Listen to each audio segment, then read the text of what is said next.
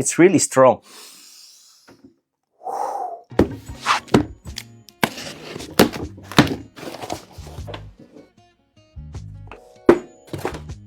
We have a package straight from Dubai, and I think all of you know this already. I'm so freaking excited about Elion Dubai.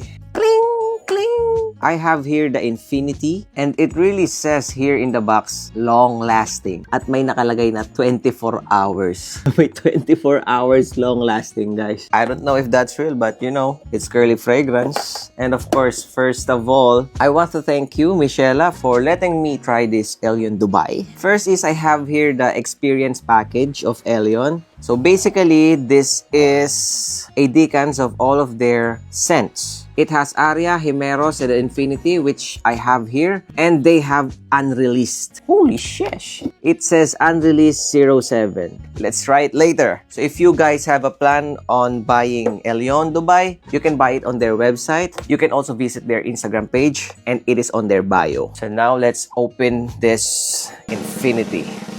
Oh, okay, another one, take two. Elion Dubai Infinity. Oh, damn. It is really nice in person, guys. Especially this one. Ching, ching, ching, ching. I chose Infinity because it is like the middle. So the Himeros is the most manly one, the darker one, and the Aria is more into feminine side. I chose Infinity because I think it is the most compatible here in the Philippines, especially in our weather. So, first impression, without looking in Fragrante ka. Okay, so let's try it first. Even though if it's you, Michelle, I won't give it 10 out of 10, okay? I'm kinda nervous in this one. Boy, nice atomizer, by the way. It's really strong. Oh my God. It is so strong, guys. It is really strong. It is flowery type, a strong flower type, and oud. Okay, so I'm not ready for the oud yet, but this one, I kinda like it. Okay, let's try it on skin. Okay, it's different on skin. On skin, it has fruit and kinda creamy. Also woody and a bit of a floral. And then the oud is kinda toned down sa skin ko.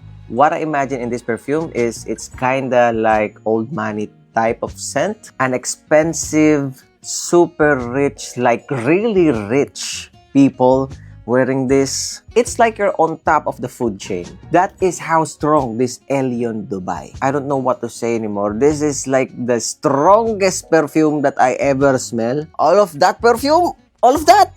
This is the strongest of them all.